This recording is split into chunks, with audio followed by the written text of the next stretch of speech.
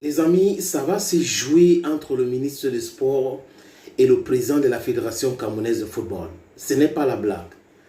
Il faut dire que nous sommes en avril, mais ce n'est pas le 1er avril. Donc, on n'est pas là dans le poisson d'avril. Ça va se jouer vraiment dur. Vous savez, quand on regarde, quand on jette un regard sur les nominations du ministre des Sports et de l'Éducation physique, on se rend compte que c'est une histoire de règlement de compte.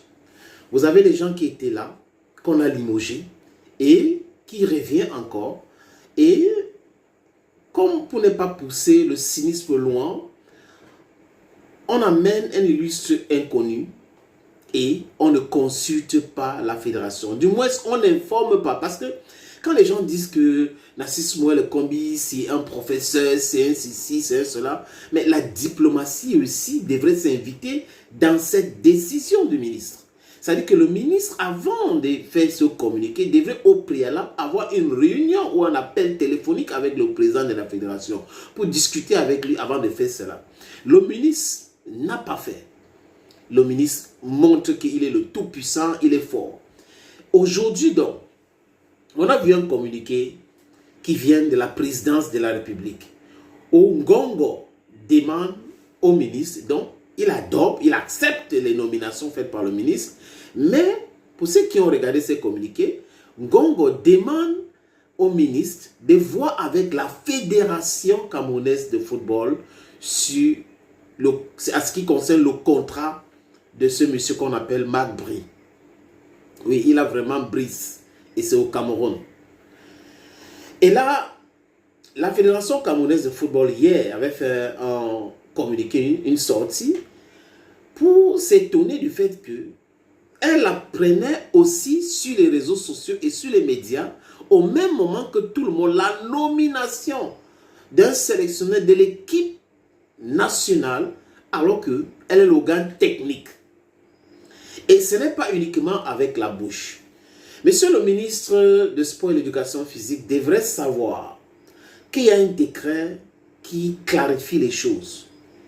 J'espère que ceux qui sont en train de s'agiter, parce que j'ai vu certaines personnes qui disent Eto'o a proposé Hervé Renard a demandé 90 millions, il a proposé ceci, les gens demandaient beaucoup d'argent, alors on a trouvé Marc Bry, et Marc Bry va prendre 40 millions avec ses assistants et tout.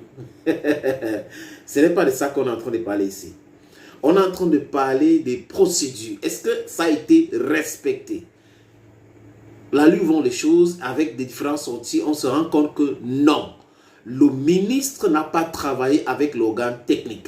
C'est l'organe technique qui propose les sélectionneurs pour que le ministère ou le gouvernement choisisse.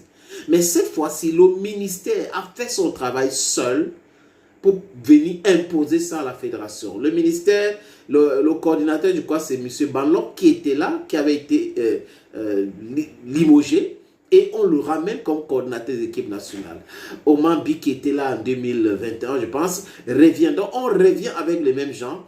Et ceux qui disent aujourd'hui que ces nominations ont un seul visage, de perturber le fonctionnement de la Fédération camerounaise de football, d'encourager la création d'une normalisation. Parce qu'en fait, c'est ce que ces soi-disant intellectuels pensent. Ils pensent uniquement les intérêts. Malheureusement, avec certains hommes des médias, certains qui s'appellent, ou certains qu'on appelle abusivement journalistes sportifs ou journalistes de sport, choisissez ce que vous voulez, les amis, dans ça, parce qu'eux-mêmes, parfois, certains ne savent pas où ils appartiennent, et ils soutiennent juste pour les intérêts. Vous voyez, à l'époque, la Fédération camerounaise de football voyageait avec des journalistes dits de sport, des journalistes sportifs.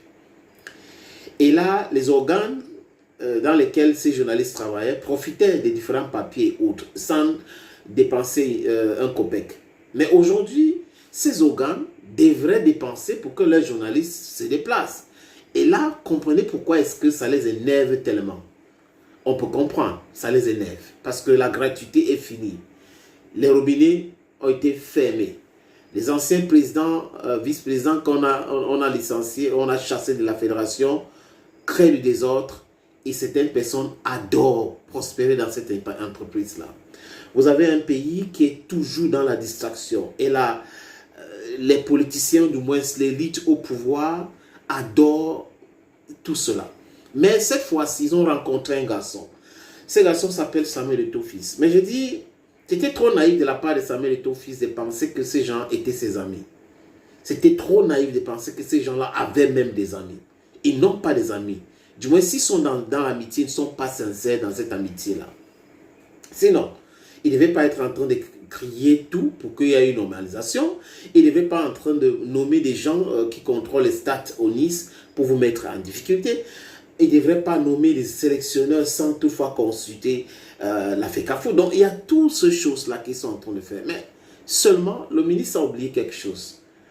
Que l'attitude de la FECAFOOT aujourd'hui peut pousser la FIFA de réagir. Et là, ils vont frapper fort. Et c'est là que le gouvernement va décider d'enlever sa main sur cette histoire. Oui. Et tout aussi, c'est un dû à cuire. Les amis, j'ai parlé des décrets. Signé de main de Paul Barthélemy Biya-Bivondo. L'homme qui est le président de tout, qui est le président de tout, je répète, mais il est le responsable de rien. Donc, quand il y a des échecs, ce n'est pas lui. Quand le bilan est négatif, ce n'est pas lui. Quand le bilan est positif, c'est lui. Il a signé ce décret en 2014. C'est le décret numéro 2014-384, signé le 26 juillet 2014. À son alinéa, article 3, alinéa 1, c'est clarifié là-dedans que c'est l'organe technique de l'équipe nationale, c'est la Fédération camerounaise de football. Donc, l'aspect de nomination de sélectionneurs incombe à la fédération. Donc, la fédération choisit et le gouvernement recrute. Donc, on fait une shortlist et le gouvernement recrute. C'est de ça qu'il est question. Le gouvernement ne peut pas recruter les gens que l'instant technique n'a pas choisi. Si on prend l'esprit même de ce décret signé par Paul Barthélemy Biya-Bivondo. Donc ça veut dire quoi? Ça veut dire dans ce pays, les gens piétinent leurs propres règles. C'est-à-dire qu'ils disent voilà ce qu'on doit faire. Mais quand ça les arrange, ils respectent. Quand ça ne les arrange pas, ils viennent, ils piétinent cela, les amis. C'est exactement ce qui se passe. Mais malheureusement, la Fédération camerounaise de football les a envoyé un message fort.